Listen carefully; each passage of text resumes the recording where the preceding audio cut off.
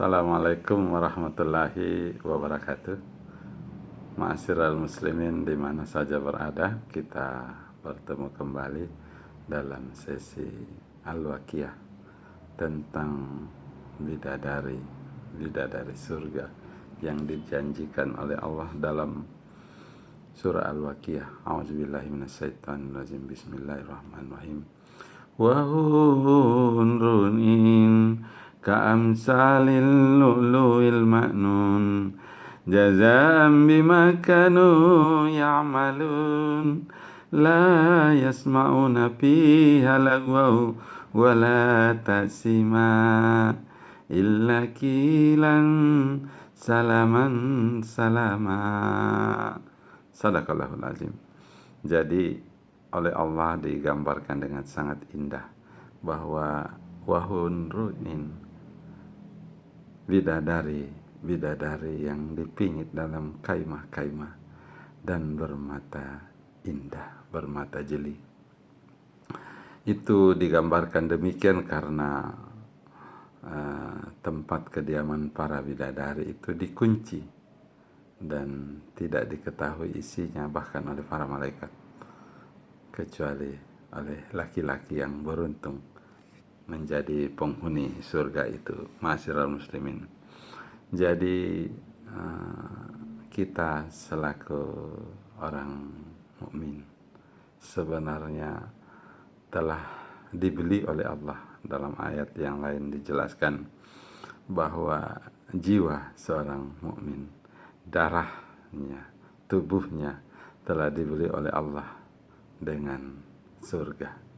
Oleh sebab itu hendaklah kita senantiasa meningkatkan ketaatan kita kepada Allah dengan mengerjakan semampu kita perintah-perintah yang telah dijelaskan dalam Al-Quran dan hadis, dan meninggalkan hal-hal yang dilarang sebagaimana yang dicantumkan dalam Al-Quranul Karim dan hadis yang disampaikan oleh baginda Rasulullah Sallallahu Alaihi Wasallam. Digambarkan dalam surah ini bahwa bidadari itu laksana mutiara yang tersimpan baik, lu'lu'in maknun, artinya memang mereka berada di dalam kaimah-kaimah yang terbuat dari mutiara putih. Dan di beberapa hadis lain dijelaskan bahwa pakaian wanita-wanita surga itu diambil dari pohon tubah yang mana terdiri dari pakaian sutra yang halus. Bahkan disebutkan ada 70 lapis pakaian wanita surga itu, dan karena kecantikan dan cahayanya masih terlihat tulang betisnya. Di ayat ini juga dijelaskan bahwa di dalam surga itu tidak terdapat perkataan yang menimbulkan dosa kecuali perkataan dan ucapan salam. Jadi penting sekali untuk kita percaya dan meyakini seyakin-yakinnya bahwa janji Allah dalam Al-Waqiah ini adalah suatu yang pasti, dan memang kita telah dibeli oleh Allah dengan surga ini. Ma'asyiral muslimin di mana saja berada, bidadari yang dijanjikan oleh Allah adalah bidadari yang cantik jelita.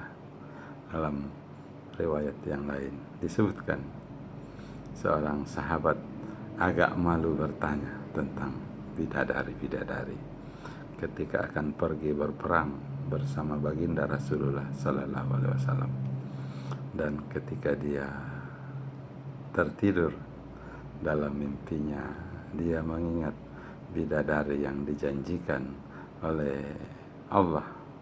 Allah menjanjikan bidadari, dan baginda Rasulullah SAW menjelaskan sedikit tentang kecantikan bidadari itu, dan beliau mengatakan, ketahuilah, kalau Rasulullah, ketahuilah, bidadari yang cantik itu bernama Ainun Badariyah.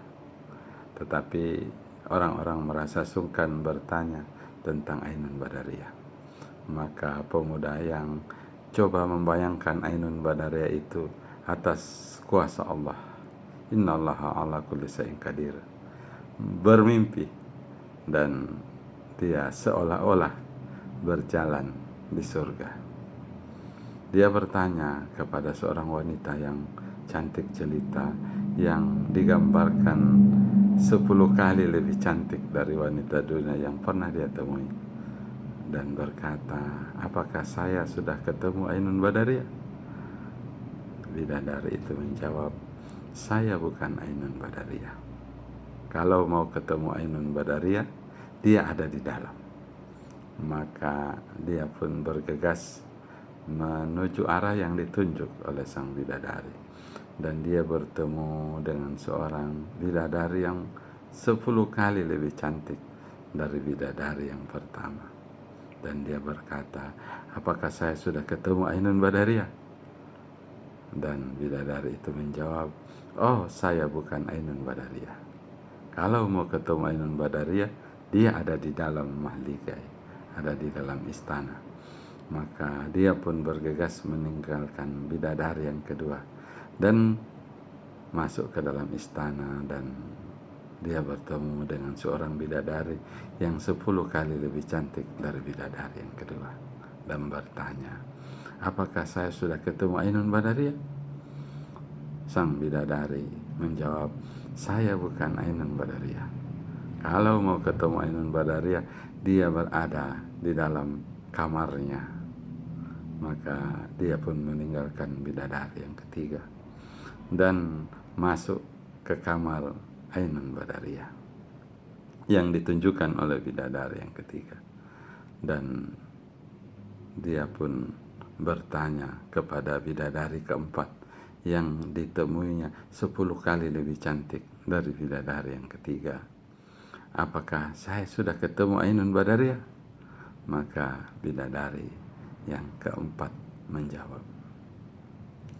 sayalah Ainun Badariyah. Dan ketika itu dia sudah tidak bisa lagi membayangkan kecantikan Ainun Badariyah karena begitu cantiknya. Tapi Ainun Badariyah berkata, kenapa bisa kamu sampai di sini padahal kamu belum meninggal? Maka ketika itu juga dia terbangun dari tidurnya, dan keesokan harinya dia pergi berperang dan mati syahid fi sabilillah, di jalan Allah. Maka Nabi menceritakan, Fulan bin Fulan saat ini sudah ketemu Ainun Badariyah. Terima kasih ma'asyiral muslimin. Semoga Al-Waqiah ayat 19 ini, wahunrunin, bidadari yang bermata jeli, menyebabkan kita semua merindukan surga Allah yang janjinya pasti. Assalamualaikum warahmatullahi wabarakatuh.